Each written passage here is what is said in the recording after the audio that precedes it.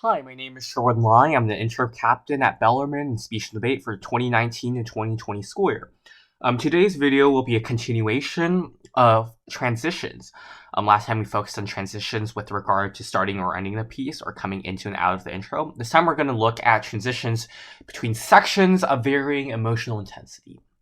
Uh, I would argue that this is probably one of the most important types of transitions that can set you apart from a lot of poorly put together interps, I would say. So let's do a quick review of the earlier types of transitions we talked about first before jumping into the contents of this video. So remember that when we start a piece, we want to walk up calmly, smile to show that you're confident and happy and eager to share your piece. This actually really makes a difference. Don't skip it. And make a 3-point eye contact starting from the middle, to the left, to the right, and back to the center. You're looking at actual people, not at walls or furniture. Breathe calmly, not audibly, because, don't do, right? That's very unnecessary and distracting, right? Breathe calmly, and then begin steadily. Again, also make sure to gauge your surroundings and check where the furniture is so you don't bump into it during your speech. Going into the intro, so after your teaser, and when you want to end the piece, gradually slow down to indicate you're going to a transition.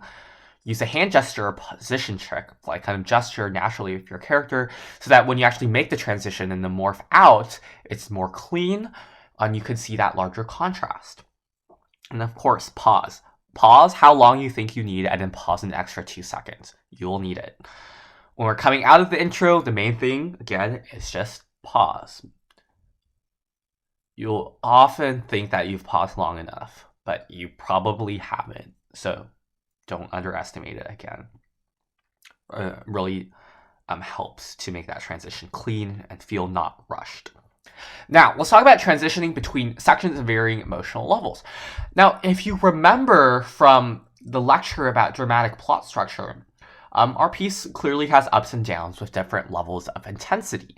Now, a lot of times I see these interps and people think it's a great idea to go from a normal voice to just start screaming all of a sudden without a build. And this is very frustrating because the point of interps is to show your range of intensities, how you're able to build up to it, not just the extremes.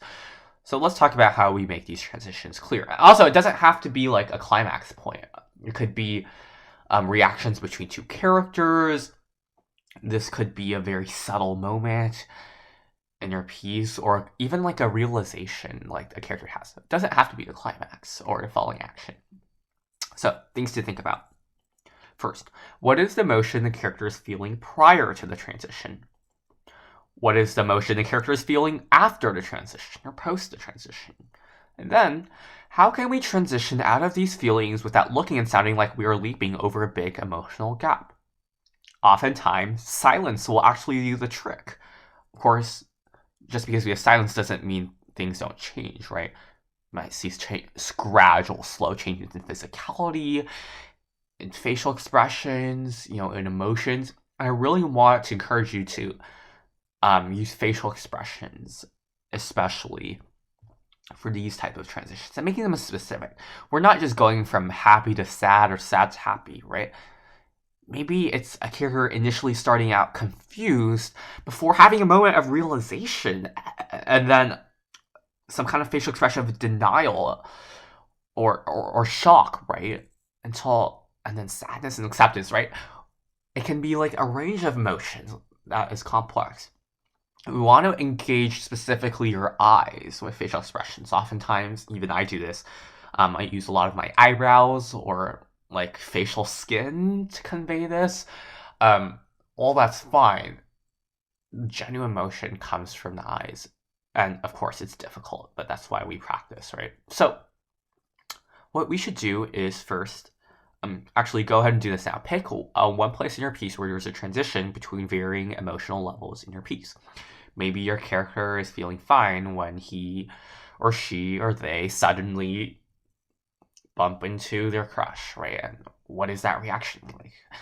Or maybe the character is busy folding clothes and doing laundry, and when they pick up the phone, and they realize that their cousin has died, right? Kind of like that.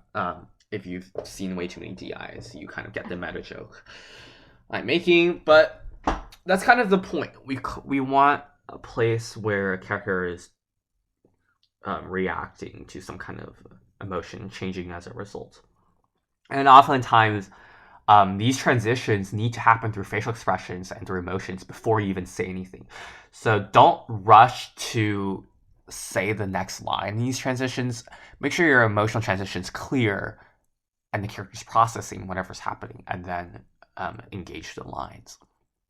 Think about these three things as well as facial expressions, and simply go to a wall and practice, right? Have a conversation with a tree. Not have a conversation, but present to a tree, right? Talk to a wall. If you're doing this during a meeting, please don't leave the room.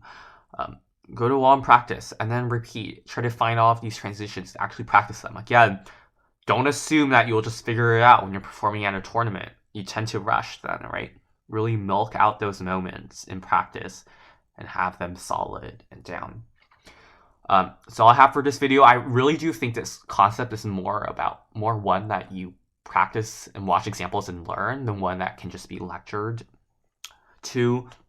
So really go ahead and practice. If you have any questions, let me know, let your captains know, let your coaches know. Yeah, that's about it for this video. Thank you for watching.